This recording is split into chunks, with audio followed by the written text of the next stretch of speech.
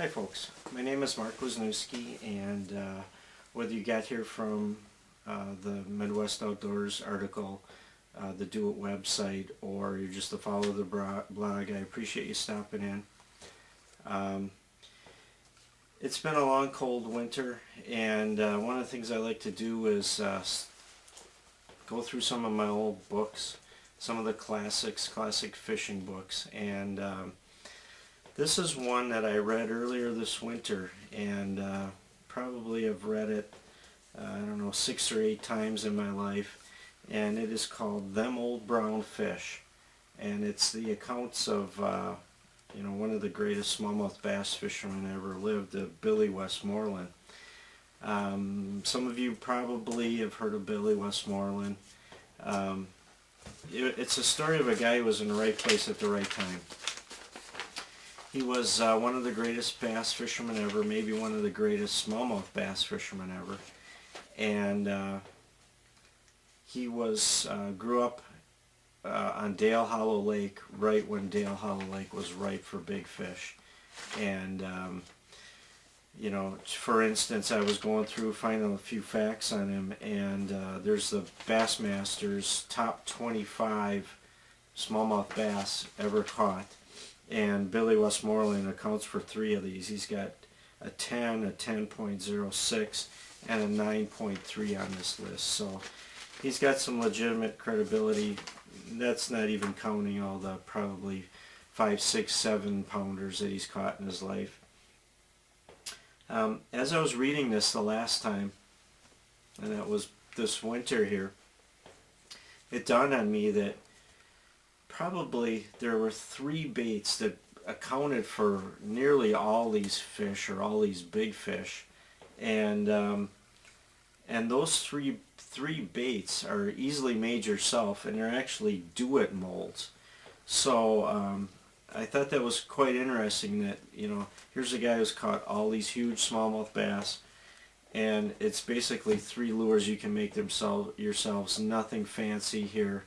So I want to go through these 3 lures, these 3 molds, and I know it's been 30 years or better since he caught some of these fish, but it holds true today. I mean, the first one right out of the bat is a Bladebait, and in this case, it's the Do It vibrating lure, the ZV-5-A. It's my favorite vibrating Bladebait mold. Makes 5 sizes. ½ ounce is my workhorse. I'm not going to get into too much detail on the Bladebait because I did a whole video and article about the Bladebaits. It's previous to this one on the blog. So if you want to know more about the Bladebaits in detail, the other video will tell you more about that. I can tell you that Billy Westmorland was involved with the development of the lure called a Silver Buddy with a man named Buddy Banks, who the 2 of them developed this bait. And there's several places where Billy, will say that this Bladebait, the Silver Buddy, or in this case the Do It vibrating lure, was probably one of the best smallmouth baits ever made. And I can't argue with them. I mean, from wherever you catching fish, whether it was Dale Hollow, the Midwest, the Great Lakes, Lake St. Clair, Sturgeon Bay, this is a constant, from opening to closing of the season, this is a constant producer of smallmouth bass. And, Billy Westmorland was a big proponent of Bladebaits. The Silver Buddy, in his case, in our case now, you can make this bait yourself very cheap, and he used a lot of chrome, and very easy to make that bait. The other lure that he used, in fact, he caught his 10-pounder and a lot of his bigger fish, including one that he felt was a world record at the time. He fished it, here's a guy that's seen his share of big fish, and he guesstimated this one at 12 pounds. you know, it's the classic, the fish that got away. It haunted him for the rest of his life, but just was caught on, or hooked on, a tail spinner. Billy was a huge proponent of a bait called Pedigo Spin, which was this bait. It's a cut-faced, I'm going to get in a little closer here. It was a cut-faced tail spinner, mine with the Indiana blade. It's kind of in between a willow and a Colorado. Got a little less, I guess, feel than a Colorado, but it stays deeper, a little bit easier. You can run it a little bit faster. If you want to slow the thing down, you can do a size 3 Colorado on here too. It works great. So that was the original Spin. Loop at the top, loop at the bottom for the hook, a Indiana blade, nothing on the back, just some beads allowed to spin. The Spin actually transformed into 3 different things for the Pedigo Spin. And this was actually bought out by Johnson, bought out by Uncle Josh, and they carried it for a while and produced them, and I think they eliminated them back probably before 1980. But the next evolution of that was a bait that looked like this. I'm going to get in close here again. And it was the same cut face bait, but he added a hook in the back, and he also added this wire coming out of the front. And it served a couple purposes. This bait works fine the way it is. I recommend you tie direct to this. And what this version did to this is, if you do this, there's less fouled casts. This bait will sometimes tumble and actually foul. This kind of eliminated that, and I'm guessing, I don't know for sure, but I'm guessing that's why he did it. And you can actually make the same version. I'll go into that in a little bit here, how you do this using the same mold without modifying it at all. These inserts, these wire inserts for these tail spinners are available from Do It. You don't have to bend anything yourself. You just pop them in there and pour it. It's that model is the TSM-5-38, and that is a 5 cavity, makes the cut face tail spinners, great mold, just a classic bait. So version 2 was the wire out the front and a bare hook in the back. Version 3, which was also available from Pedigo, was the wire in the front and a treble in the back, but the treble was dressed with marabou. And so there were accounts of him using all 3 of these, and actually all 3 of these were sold by Pedigo, and they were also sold by Uncle Josh as the Spin at the time.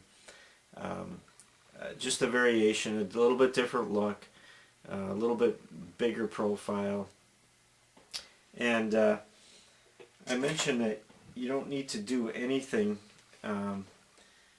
If you can bend your own wires, which is very easy to do on these, instead of bending a loop at the top and a loop at the bottom, in this case, if you want to make that extended arm, you will bend these yourself, bring the wire in, drop it down for the hook in the belly, and then run the wire straight up through the other cavities. And that gives you a place to drop that wire. Then when you're done, you just bend it forward, and roughly this angle, you can play with that out in the boat, but roughly that angle, and then just turn a loop up at the top. So that was another bait, and that's a bait easily made with the Do It molds, and that one accounted for a lot of big fish for Billy. The third thing that he relied on heavily was a jig, and basically one jig, and that was the Hoss fly, it was called at the time. And the Hoss fly had a unique head, and it was an aspirin head, and the aspirin head is still available from Do It, and that is the AJ-7-A aspirin head. Oh, what's an aspirin head? It's basically a round jig with flat sides. Looks like an aspirin. All accounts, he used a lot of 1/8 ounce. There's a 3/16 cavity in here, and then they actually go all the way up to 5/8. But he used light line, 4 6-pound test. Basically a very subtle finesse presentation. The jig does not end up being very, very big. What he did with that is dress it with pork, and he used a lot of Uncle Josh's split tail eel, which is a little more chunkier tail that's split in the back. I've also seen pictures of him using a flatter pork bait, just like the typical flat bass strip, and you can use that on the back, maybe 2 or 3 inches long. The transformation in this bait was, a lot of accounts said that the horsefly was made with bucktail, simple. Some said bear hair, polar bear hair. But I think what it developed into at the end, the thing that he probably used the most, was this craft fur, or some call it doll hair or craft fur, and it's very fine hair, and it's a synthetic material. It has a lot of life in the water. Even if you're dead sticking, it seems to just be pulsing in the water just from the water movement. But that's what a lot of the horseflies that I think he used, they call it a horsefly, it's actually a jig, but I think that's what he used a lot. And so what is that? I mean, this is your typical craft fur. It's a fabric back, and then this fake hair on the front, and it's sold in craft shops, and some of the better fly tying shops will have this because some fly tyers use it along with jig tires. But it's a very unique, very fine fur, I don't know what craft people do with this. You could make a pretty cool gorilla costume or something if you had enough of it.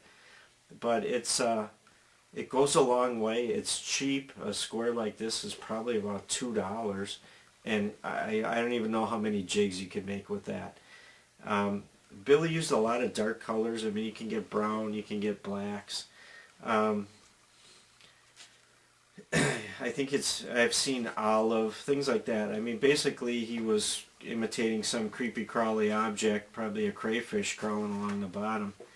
In his article here, or in his book, he talks about in late fall using yellow, and it had something to do with the color of the crayfish in late fall, and he felt like this represented, mixed with whatever watercolor there was at the time, this represented the color at the crayfish at the time. So he did tie some out of yellow, but mainly it was the darker colors.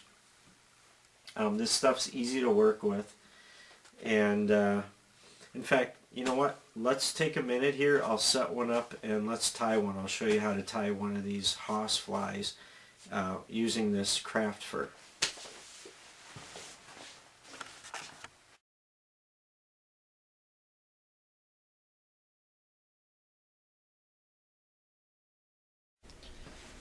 Okay, let's tie a horsefly. You can see I've poured a aspirin jig.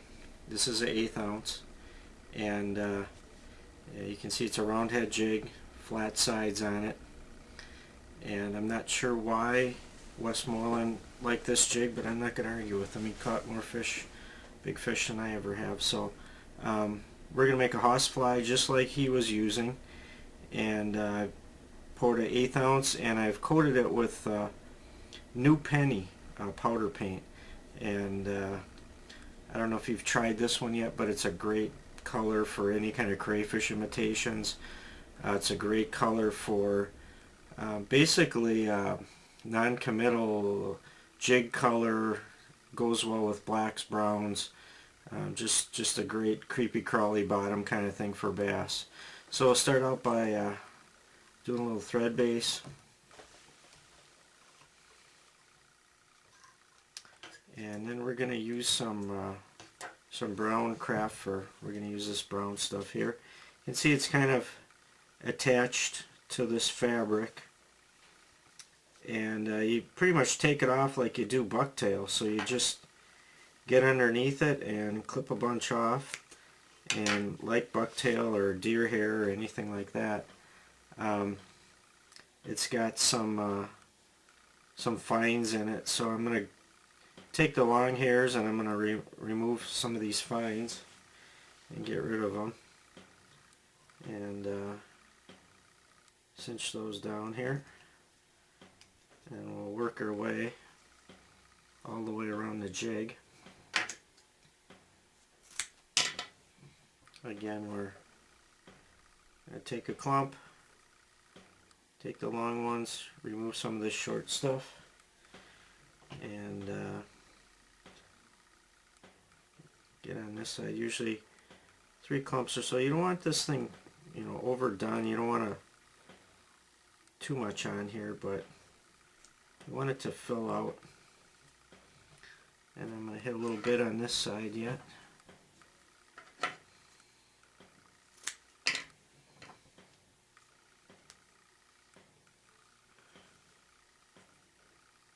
Once again, taking out some of the short stuff and tying in the long stuff.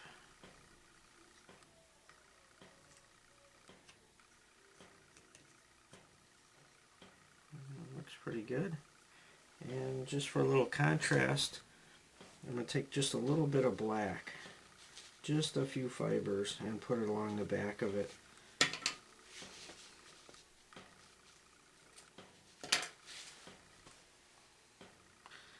Just a hint. I'm just going to take a couple out of here and just pop that along the back here for a little contrast.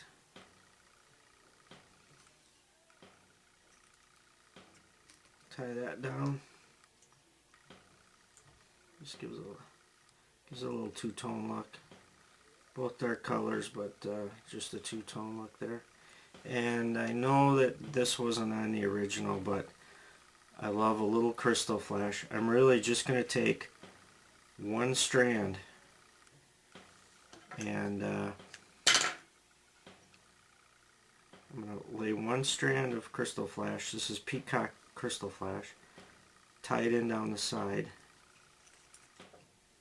and then fold it back and anchor. So you end up with 2 strands on each side. I'm going to flip that off, do it on the other, flip it over, do it on the same thing on this side. Just gives it a very subtle hint of flash.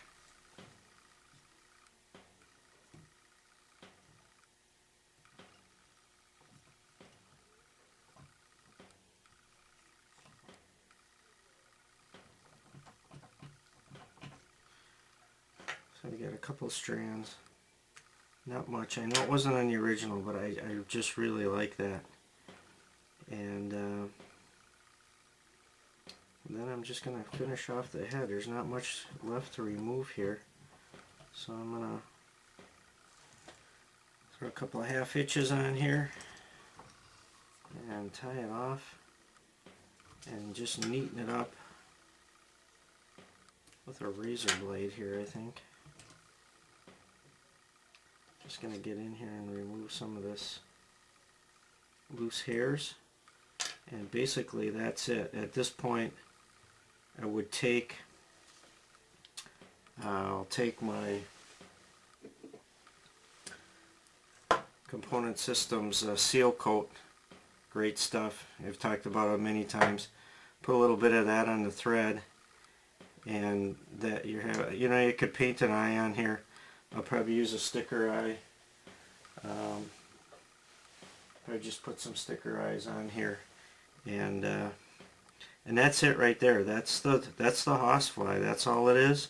And it caught a ton of smallmouths for Westmorland. So it's very simple. You pour a bunch of jigs, you can knock these out in a couple minutes, you can see. So thanks for watching, and we'll get back and talk a little bit more about Billy Westmorland.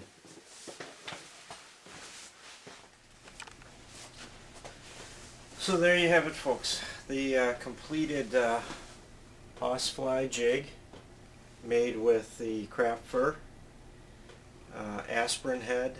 Once again, that is the model AJ-7-A do-it mold. We have the